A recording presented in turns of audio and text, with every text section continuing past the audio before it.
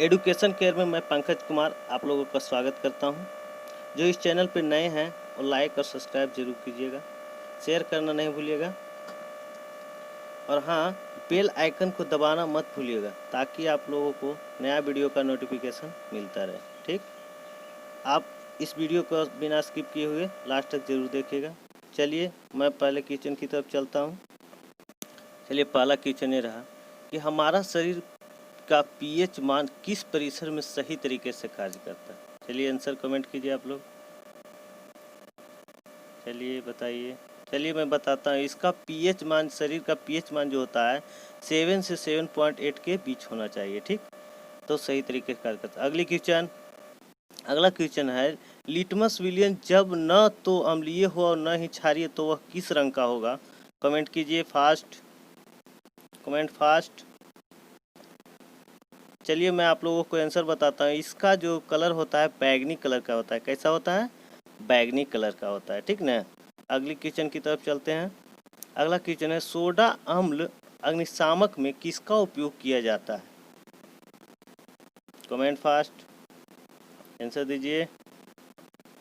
चलिए मैं इसका आंसर बताता हूँ। इसका आंसर होगा सोडियम हाइड्रोजन कार्बोनेट। ठीक, अगली क्वेश्चन की तरफ। अगला क्वेश्चन है, बहते हुए रक्त को रोकने में उपयोगी यौगिक कौन सा है। ठीक, आंसर दीजिए। आप लोग बता सकते हैं, इसका उपयोग हमेशा करते हैं लोग, दाढ़ी बनाने भी करते हैं। बताइए। चलिए आंसर देते हैं। इसका आंसर होगा फिटकरी। क्या होगा? फिटकरी। ठीक, अगली क्वेश्चन की तरफ। अगला क्वेश्चन है, प्लास्टर ऑफ पेरिस का रासायनिक सूत्र क्या है। इसको आप लोग बता सकते हैं, बताइए, कमेंट। चलिए मैं इसका आंसर बताता हूँ। प्लास्टर ऑफ पेरिस का रासायनिक सूत्र CaSO4 इंटू हाफ अणु जल होता है। क्या होता है? CaSO4 इंटू हाफ अणु जल। अगला क्वेश्चन है, जल की अस्थायी कठोरता को हटाने के लिए किसका उपयोग किया जाता है। चलिए कमेंट फास्ट, कमेंट फास्ट।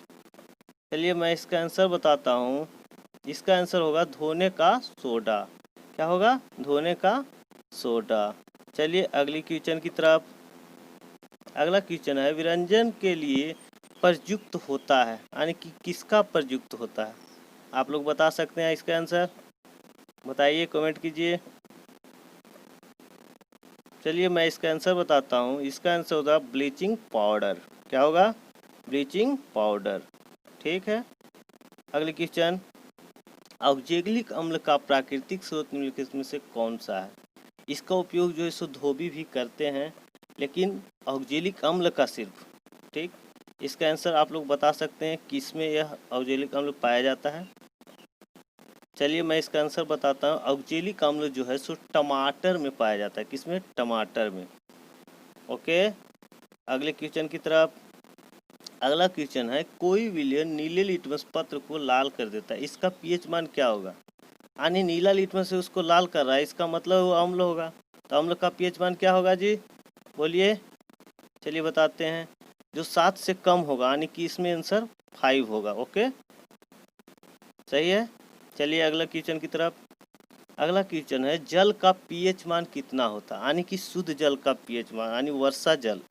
वर्षा जल का पीएच मान क्या होता है जी। वर्षा जल उदासीन होता है, और उदासीन का पीएच मान कितना होता है, कमेंट। 7 होता है। कितना होता है? 7 होता है। उदासीन जल का पीएच मान 7। अगला क्वेश्चन है, बेकिंग सोडा का रासायनिक सूत्र। आप लोग बता सकते हैं जी, बताइए। बेकिंग सोडा यानी कि खाने वाला सोडा, बताइए। चलिए मैं बताता हूँ। इसका होता है NaHCO3, NaHCO3। ओके, अगले क्वेश्चन की तरफ। अगला क्वेश्चन है, निम्नलिखित में से कौन सा बुझा हुआ चूना है। ठीक, बुझा हुआ चूना के यहाँ बात कर रहा है, तो बुझा हुआ चूना के मतलब क्या होगा, आंसर सी। क्या होगा जी, बताओ जल्दी। चलो बताते हैं, CaOH का होल ट्वाइस। ठीक, अनबुझा चूना कहता तो CaO। चलिए आगे अगला क्वेश्चन, बेकिंग सोडा का रासायनिक नाम क्या है। किसका? बेकिंग सोडा का। चलिए कमेंट कीजिए आप लोग, ऑप्शन आपके सामने है। चलिए मैं बताता हूँ, सोडियम हाइड्रोजन कार्बोनेट इसे कहा जाता है। क्या कहा जाता है?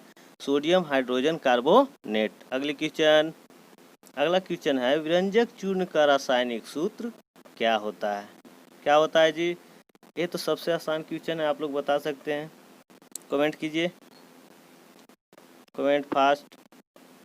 चलिए मैं बताता हूँ, इसका आंसर होता है CaOCl2। कहीं लिखा हुआ रहता है CaOCl इंटू Cl। ठीक। अगली क्वेश्चन, धोने का सोडे का रासायनिक सूत्र क्या है? ये तो बता सकते हैं आप लोग जी, बताइए। 10 रुपये में मिलता है। चलिए बताइए। चलिए मैं इसका आंसर बताता हूँ, इसका आंसर होगा Na2CO3 इंटू 10H2O। ओके। अगली क्वेश्चन की तरफ चलते हैं। अगला क्वेश्चन है, ग्लूकोज का रासायनिक सूत्र होता है। चलिए कमेंट, चलिए आंसर दीजिए। चलिए मैं बताता हूँ, इसका रासायनिक सूत्र होता है C6H12O6। Okay, C6H12O6। अगली क्वेश्चन, चींटी के डंक और नेटल के डंक में कौन सा अम्ल पाया जाता है? चलिए कमेंट। इस ऑप्शन के अनुसार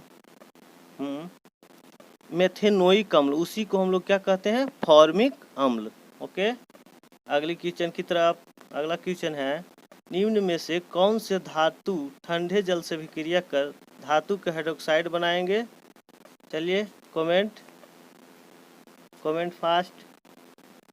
चलिए मैं आंसर देता हूँ, इसका आंसर होगा सोडियम एवं पोटेशियम। कौन सा आंसर होगा? सोडियम एवं पोटेशियम। अगली क्वेश्चन की तरफ। अगला क्वेश्चन है, लैक्टिक अम्ल का प्राकृतिक स्रोत क्या है? लैक्टिक अम्ल यानी जो हम लोग दौड़ते उड़ते हैं तो जो हमारे मांसपेशियों में जमा हो जाता है वो लैक्टिक अम्ल ही रहता है। ठीक ना।